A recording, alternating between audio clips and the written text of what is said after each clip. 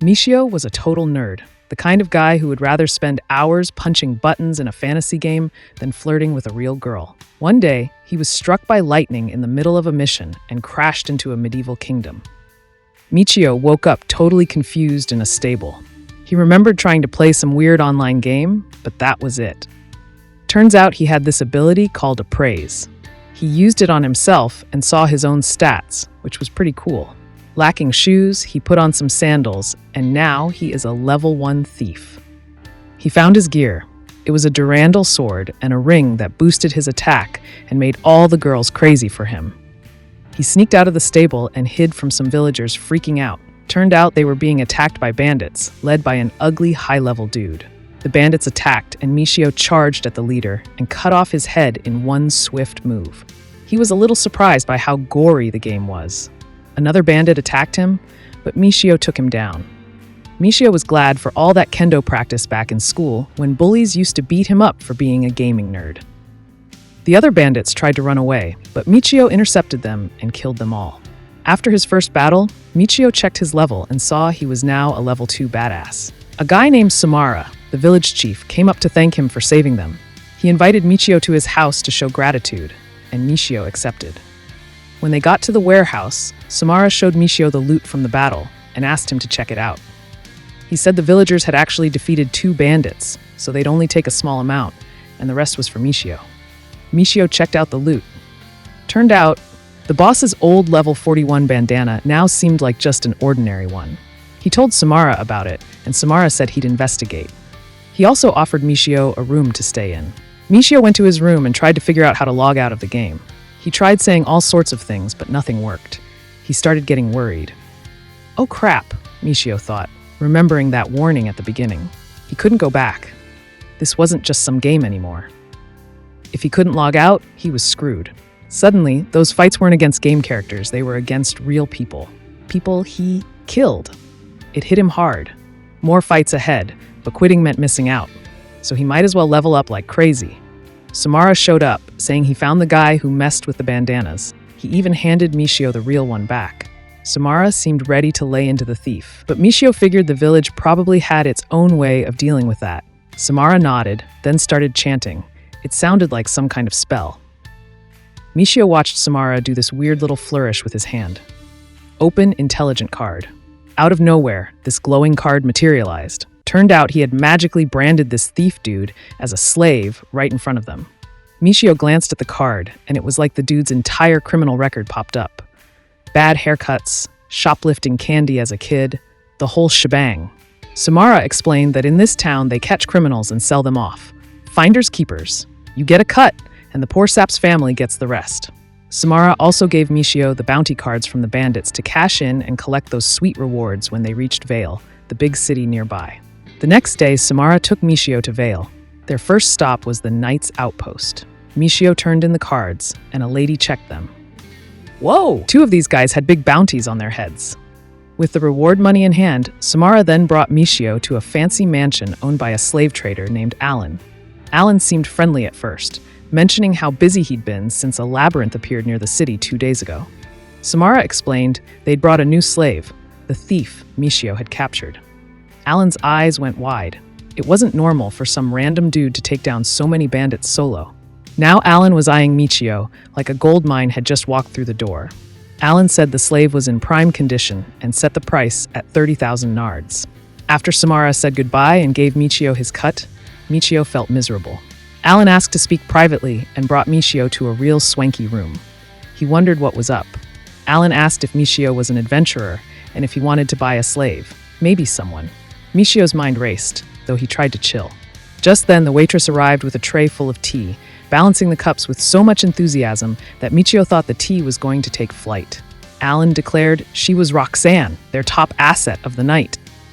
Michio asked if slaves betray their masters. Alan said no, they die when masters die unless freed. Runaways become bandits, no biggie to take their stuff.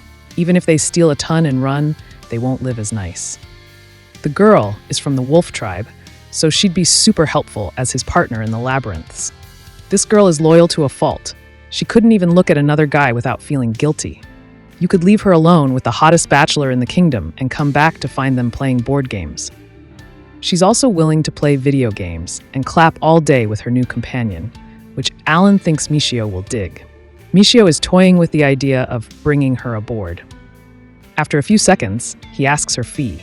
Alan says 600k NARS, but he'll let her go for 422k. Michio says that's too much right now. But Alan whispers he'll wait 5 days for Michio to get the funds, kinda suggesting that if Michio had Alan's charm, he might just get away without paying at all.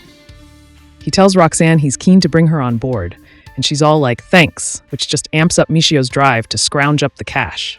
As Michio leaves, he doesn't know how he'll get it. Later at an inn, Michio counts his savings. He is flat broke right now. Michio remembers Alan's advice about making quick cash in the Labyrinth. Alan said it was a surefire way to get rich fast, but warned that Michio would suddenly have long-lost friends come out of the woodwork, looking for handouts if he struck it big. The Labyrinth was also super dangerous, and most people aren't worth risking your life for. Michio decides to try the safer option first, but he's got a problem. His sword is too nice. Someone might try to steal it, leaving him defenseless. He sticks the sword in his inventory and heads to the market to grab a normal weapon. At the armory, Michio finds a clunky, hunchbacked, rusty sword with a skill slot. Without hesitation, he buys it along with some protective gear, then heads straight for the Labyrinth entrance. He spots other adventurers busting out of a sparkly portal. A quick check of his stats and he dives right in after them. Inside, a new Explorer class pops up at level 1. First, those sandals scored him Thief, now simple trespassing grants Explorer. The coveted Hero class flickers temptingly. No harm in adding that to his resume, right? He claims it as his secondary, bumping Explorer down to 3rd. That new dungeon crawl skill better be worth the detour. Michio uses it to backtrack, but when he tries to leave, it's a no-go. With sword in hand, he senses a monster approaching. Appraise reveals it's a level 1 tree. After wrecking it, he picks up a branch it dropped, unsure of its use. Another enemy heads his way, so Michio busts out Overwhelming Hero. Either the tree slows or Michio speeds up. He focuses and quickly destroys it since his sword absorbs MP. After hunting monsters, Michio hits the guild to collect rewards. He activates Increased Selling Value and hands the girl a pile of branches for 273 coins. Crunching numbers back at the inn, that's only 100 NARS and 1,000 for a miserable 10-hour day. Dating in this world was way too much work. Back home, he could just message some girls on Tinder or ask a cutie out for coffee. Roxanne's price suddenly seems less outrageous, more like a pipe dream. Michio wakes at dawn, barely able to see while walking. But he remembers Transfer, his new teleport skill.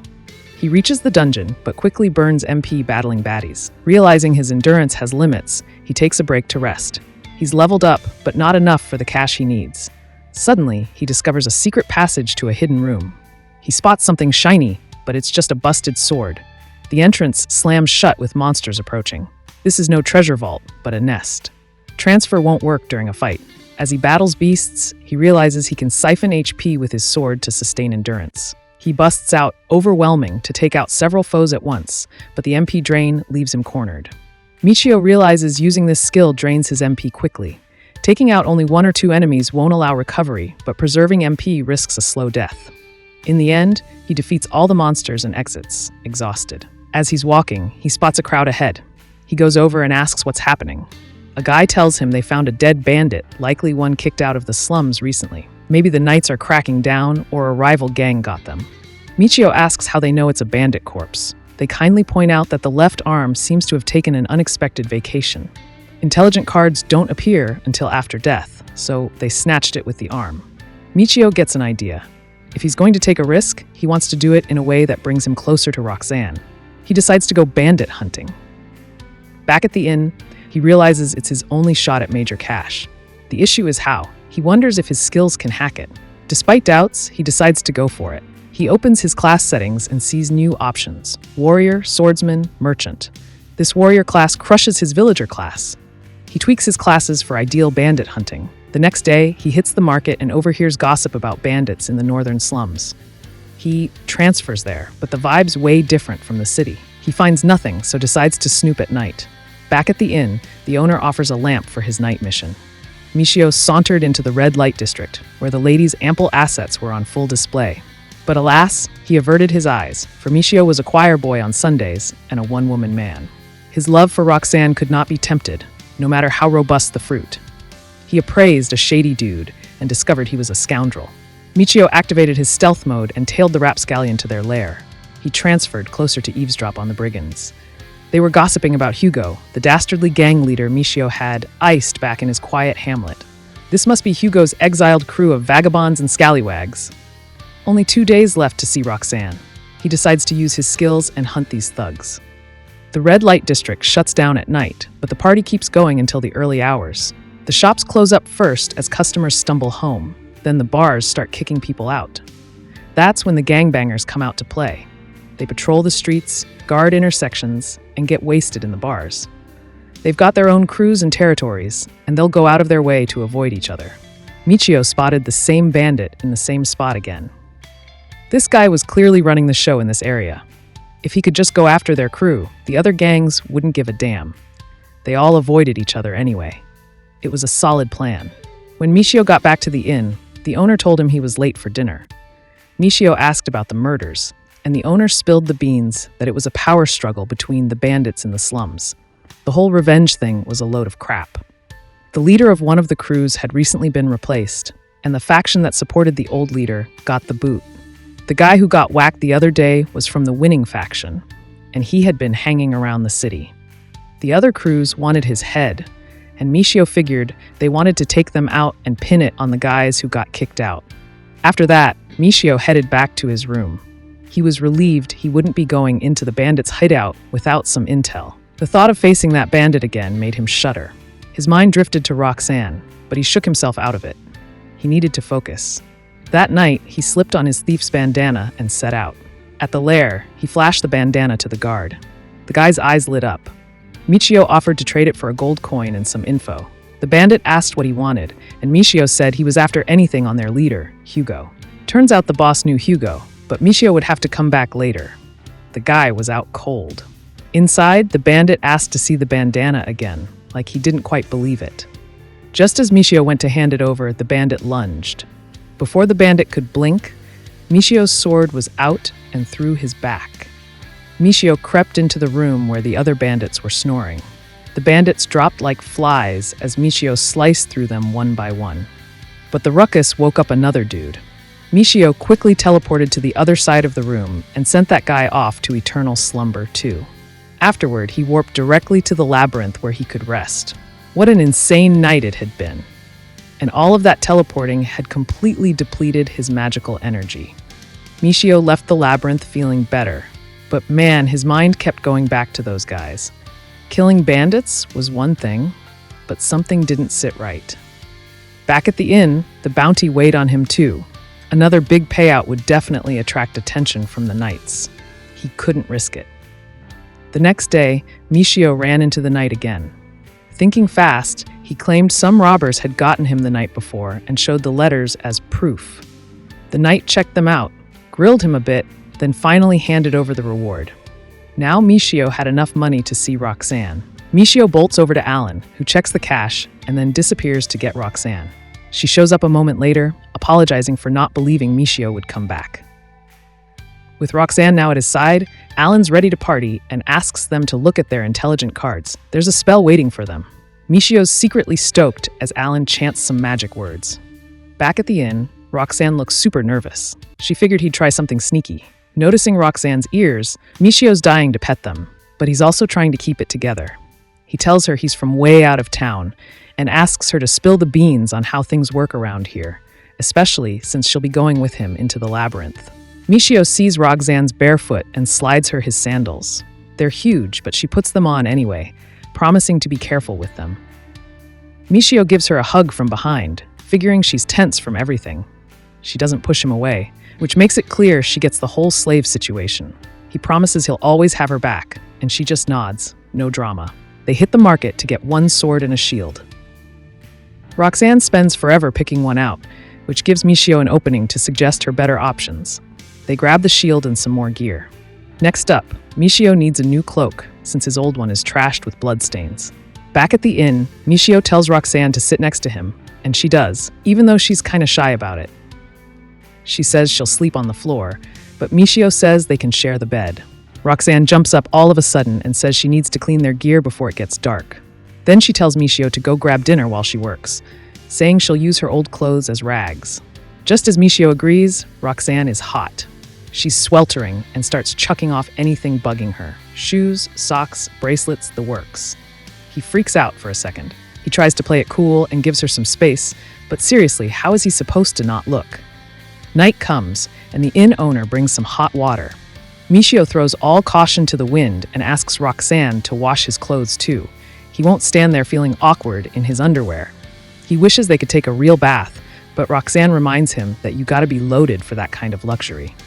After they clean up, the moment they've been waiting for finally arrives. He wakes Roxanne up with a kiss. Then the time had finally come to explore all her secret caves and tunnels. Though nervous, he could no longer contain the trembling volcano in his pants that was ready to erupt at long last. This was no time for cold feet. The earth was destined to move tonight. But he reminds himself they have all night for that. Time to get ready for the labyrinth. Finally, Michio pulls Roxanne into an alley, whips out his teleportation power, and they're at the labyrinth, leaving Roxanne super confused.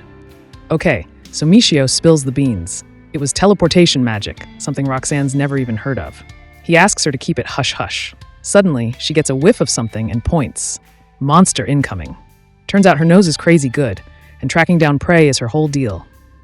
Anyway, the first baddie appears, Roxanne switches to Huntress mode, and Michio easily defeats it. He starts babbling about how awesome his sword is. He noticed her tail wagging as they strolled along, and jokingly teased her for being so darn happy. They head back to the inn, pockets full of loot. Roxanne is excited that someone treated her like they think she can fight. In the past, people were more likely to tell her to wait or stay back, not with Michio. While she's feeling good, Michio goes for it and asks to pet her ears.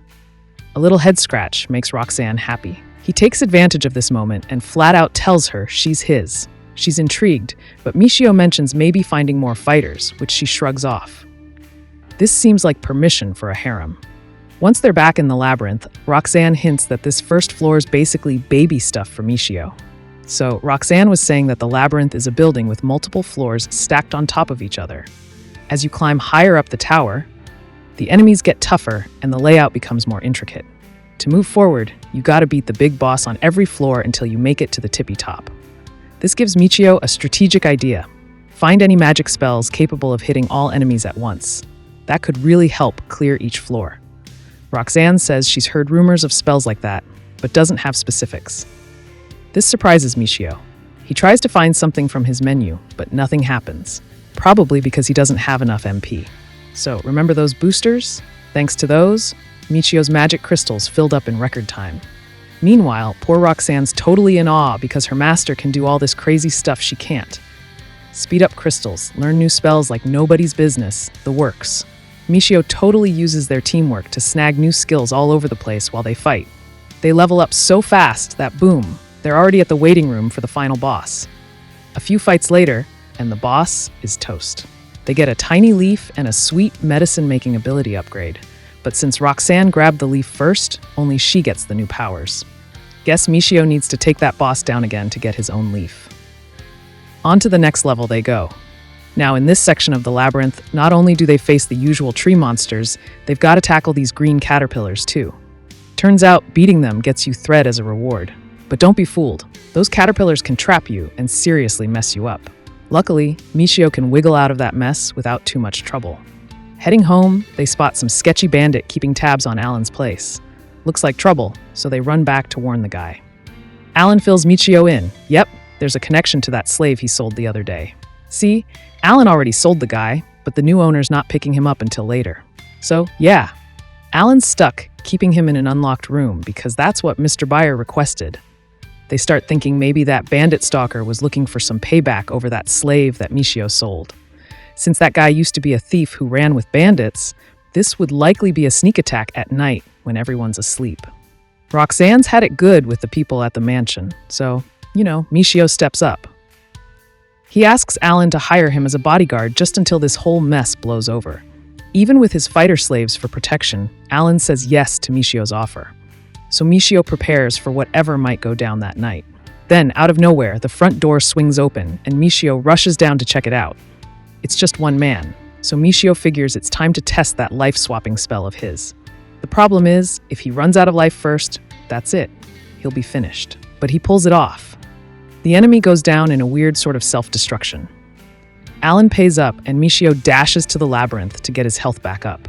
With all the cool new magic he's picked up, they fly through level 2 and defeat that final boss with no problem. Time for level 3. Now they're up against goblins, who drop nothing but salt when you beat them. Talk about the cheapest, least useful stuff ever. Back at the guild, they cash in, then hurry to Kuritar, a much better place to collect loot because there's another labyrinth nearby. The problem is, getting there isn't cheap. Michio comes up with a plan. He goes first and unlocks the map for Kuritar. He travels to Kuritar just to check if his idea works, and yes, it totally does. For now, though, they head back to get cleaned up, plus the usual nightly traditions before bed. At sunrise, they're on their way to Kuritar. It turns out Kuritar's labyrinth charges an entrance fee. But what can you do when you're broke? A teleport sneak peek it is. They even get a much bigger house in this city for them to live in.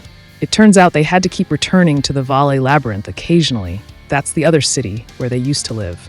Just another night at the inn before finally settling into their new home.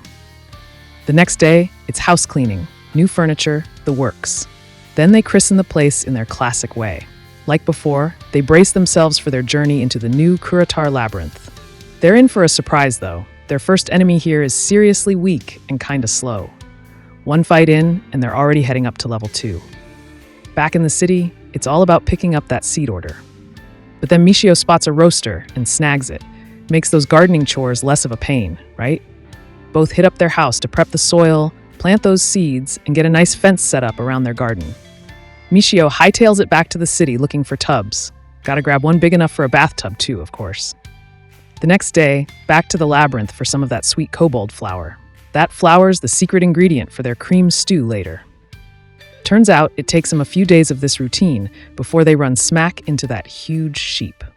At first, the fight feels super easy, but then bam, sheep pulls some paralysis magic on Michio. The guy can't even fight back. When he snaps out of it, he leaps at the enemy, playing damage control by healing up Roxanne while he's at it.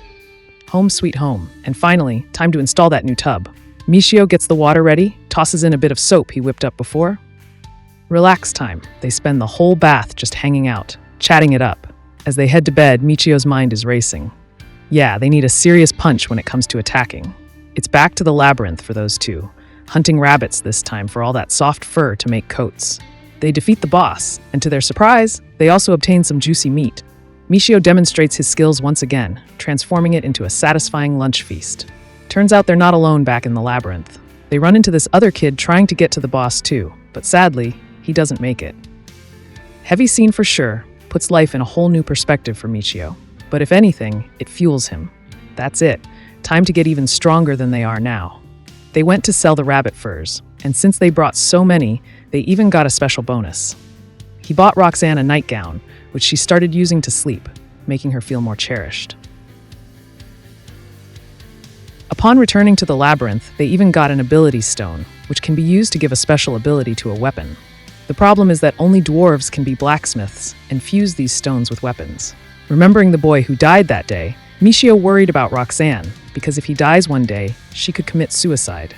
He even thought about writing a will so Roxanne can be free when he dies, thus avoiding someone else dying because of him. But Roxanne would not allow it, since she is very loyal to him and cares deeply. She herself says she will not let him die at any cost, so it would not be necessary. So he had no choice but to accept Roxanne's request. They went to the city of Vale to meet with Alan. Since advanced level monsters have been appearing in the labyrinth, they feel the need to increase the group. He assumed that another more advanced level slave would be useful to them. At Alan's mansion, he asks him if it's possible to find dwarf slaves who are blacksmiths. Alan responds that it is possible, but they are very hard to find and very expensive. But he mentions having a slave from the dwarf tribe who might be useful. Her name's Sherry. She's a dwarf, but not a blacksmith. But Michio figured maybe she could learn to be a blacksmith. So after a lot of haggling, he goes ahead and buys her. She brings them to their new home, where she's amazed at how well she'll be living, eating at the same table and treated as an equal, even though she's their slave. Afterwards, they go to buy a mace for Sherry, so she can join them bashing beasts in the labyrinth. Michio wants Sherry to be surprised seeing she can defeat enemies in one blow, thanks to his hacks. But she pays more attention to Roxanne, who was the one teaching her everything she had to do as Michio's slave. And Roxanne feels a bit proud as the first slave, and occasionally gets jealous when Michio pays attention to Sherry first. But in reality, they both get along well. Michio asks them both what the special class of humans was, since he figured if Roxanne, being from the wolf tribe, had the wolf warrior class, and the same for Sherry from the dwarf village, humans should also have a special class. But they, blushing a bit, tell him the special class of humans is that of a virtuous monk. "Oh, I see," says Michio. And he uses the excuse that this is the special class of humans and begins taking in more devout followers to have his own pious congregation and keep performing his charitable works.